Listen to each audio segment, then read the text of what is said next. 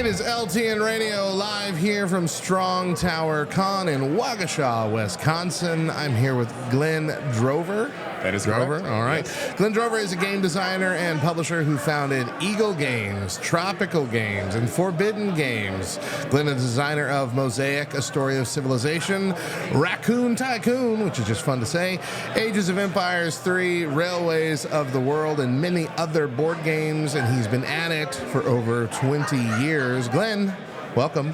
Thanks for having me. All right. First things first, how is Strong Tower going for you this year? Oh, it's really great. I was here once a couple of years ago. For the it first looks one? like they've got a much bigger attendance this year. It looks really full today on Saturday. I think if we're going from the first year, it's about 20% bigger as a convention as a whole. And Saturday, of course, which Always is when the we're busy recording day. this, always the busy day. So as I mentioned, you've been in the board game industry for over 20 years now. How did you first get hooked on the lifestyle? Well, as a kid, as a lot of us, that's the common story, right? So I was a hardcore strategy gamer, Avalon Hill, miniatures gamer, role-playing D&D from the late 70s. So OG gamer, really, on every level. For those who might have like a game idea floating around in their mind but don't know where to start making that a reality, what would be some advice you might give to them? Yeah, I think the key is really work on your prototype. Like, everyone's got good ideas for games. You have to jump from the idea stage to the functional stage, and that's a big leap. So really put some effort into making a playable prototype, even if it's not perfect. But something that you can put on the table and let people play.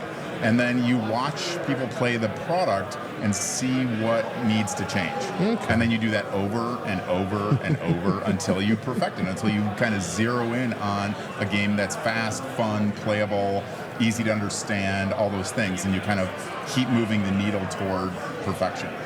Now, even with... When you're building prototypes, in the past, that had to be scraps of paper and bits of cardboard and styrofoam that you could pull together. These days, there's even things like the Game Crafter, which is a self-published thing that you can just build a copy of whatever you're trying to put together with whatever elements or designs that you already have. And then they have tons of pieces and stuff. I've seen a lot of people put together their prototype there. Oh, yeah. You can make take something really sophisticated, really polished looking, even as an individual. You don't need to be a publisher to be able to do that these days. Yeah, it's really cool. It's like it's becoming such a more mainstream thing beyond Uno and Monopoly, to really jump into this wider realm of board games that I think 10 years ago most people didn't know existed. Oh, for sure. I think both ways, right? Like this was a niche hobby back in the 70s and 80s. Like I never told anyone I was a gamer, right? I was embarrassed. I was like, oh, I don't want anyone to know I'm a nerd. Now it's like, I'm a nerd. Like so many people have found this hobby. Right. Gen Con used to be like few hundred, big old dudes, right, with big beards, right, and it was like almost 0% women, and now it's really diverse. You go to Gen Con and it's really just a cross section of mainstream America. Mm-hmm. It's really good to see, and I think a lot of that is driven by Comic-Con or Stranger Things, where it's mainstreamed kind of nerd culture. Yeah, I would agree with that. So of all the games that you've designed, which one is your favorite child? Yeah, I didn't used to have one, but now I do. I actually designed Mosaic, which is like a civ building game, kind of like Sid Meier's Civilization in board game format. I designed it for me. Right? I was like, okay, what theme, what mechanics do I like? And so usually I was, in the past, I'd always design games trying to hit a certain demographic or a certain play style. And Mosaic, I'm like, well, I don't care. I'm going to do this for me and my group of friends. And if other people like it, great. And so that's what's kind of fun about being a game designer. At some point, you can just do what you want. Right, yeah. I haven't played it myself, but I have seen some of our team play it. It seems enjoyable.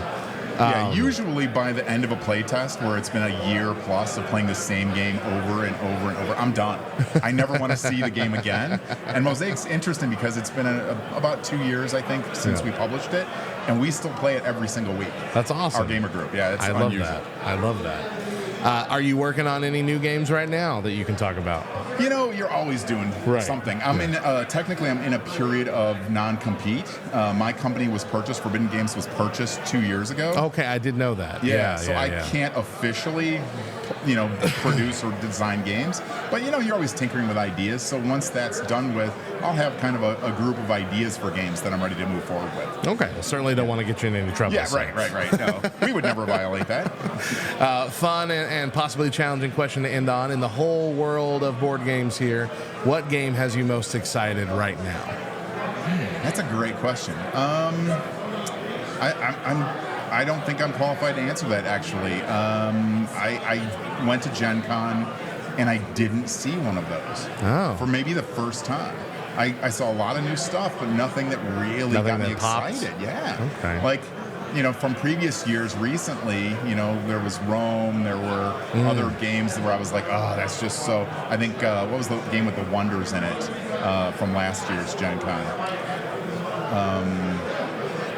I'm having a hard time. Anyway, that was really something I was excited about. Bought the game, played it several times.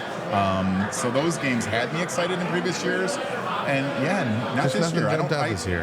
I'm open for suggestions. What did you see that you loved? I didn't get to go to Gen Con this year, so I'm not the most qualified either at the moment. Yeah, I haven't seen anything that's really got my juices flowing recently. Okay, all right. Well, hopefully that changes soon for you. Yeah, I'm waiting for it. You're always looking for the hot next game that your group can kind of love and spend time with. Is there anything that we can promote for you as we wrap up here? Any websites, socials, anything that... Not really, because again, I'm in a period just of kind quiet, of in that period of waiting. Look for, in a year or so, we'll start messaging what the next game will be, and I'm definitely, not going to stop designing. Even it's kind of built into my retirement plan. Oh, nice.